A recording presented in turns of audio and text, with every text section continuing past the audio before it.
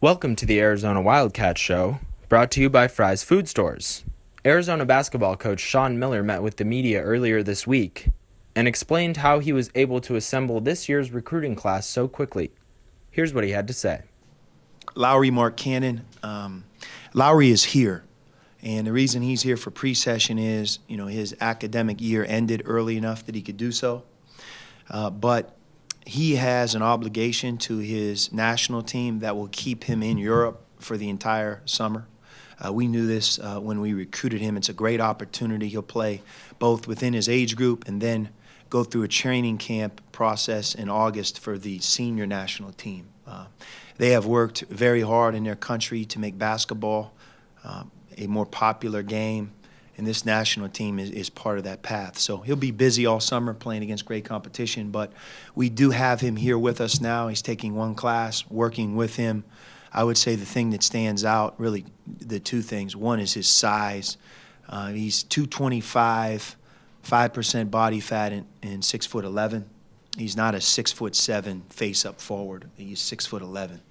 And his skill level shooting is the second part of that. He really has an amazing looking shot. He can shoot it, and three-point shots off the dribble, free throws, and has a chance, I think, to just pick up and go to greater lanes. But we're really excited about his talent level, and we look for him to be an impact player for us.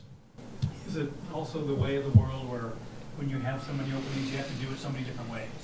Mm-hmm. So you get international, you get a JC, Yep. you get a grad transfer, you get a four-year transfer, you get Yep. a kid from the East Coast.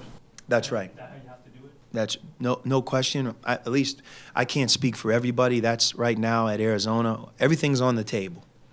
We're not too good to take a guy from here, or we're not located too far west to go there. The world is a much smaller place.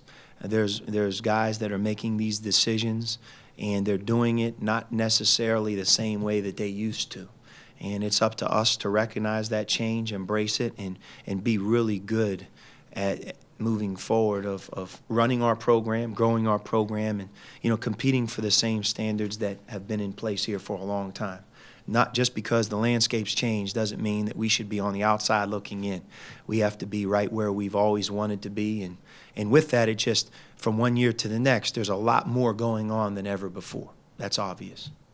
So when you look back at this spring, you're talking about how busy it was, but did you find it was more stressful than most? I mean, there was a period where you had,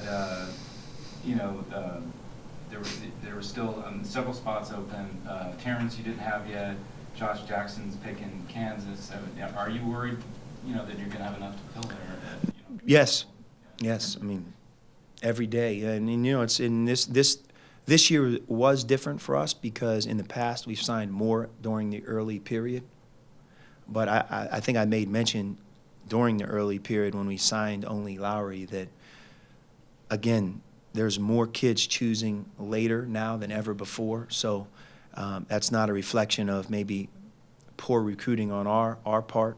After all, I think it's just eventually, whether they sign early or late, it's that you want a quality player, a quality student athlete, somebody who really performs well once they're here. And hopefully we got that right. But, yeah, if you only have one early and trying to get 4 or 5 more, it makes for a very challenging 5 months, and it was. Have you ever had that No. many guys in the spring? No. And as we move forward, our efforts are even more revved up right now so that we can prevent that from happening in November. Yeah. Well, and also you had, of course, Kobe committed early, Raleigh, you had some of those guys lined up, but were there guys, with Talbot or Dylan, do those guys kind of pop up on your radar even as the spring went on, or what was the timing like with some of them? Yes, it happens late. I mean, there are players that decided to transfer today, which is hard to believe. I'll make the prediction. I think that players will transfer as late as August now. It's just it's a different world. It's not one that I don't think everybody loves, but it's the way it is. I know life is sort of easier if you've got 5 starters returning, just any coach. Do you get a sort of excitement out of what you face, though, as a coach, and having to put these pieces together and adjusting on the fly? And is there a different kind of energy? You know, there is. And we've gone through, I think, almost like an identical 2-year period where we were right there to have a chance to compete for a national championship. Regional final is where we ended. And then a year ago it wasn't the same, but it did welcome back a very experienced group. This year does mark almost wholesale change when you consider who has left, not just over the last year, but who has left our program over the last 3 years. So there is an excitement, you know, and I think with that excitement, there's some anxiousness just to make sure that we get these guys here and start to, you know, let them know what it's like to be a part of Arizona. And that's why young people like Alonzo Trier are so important.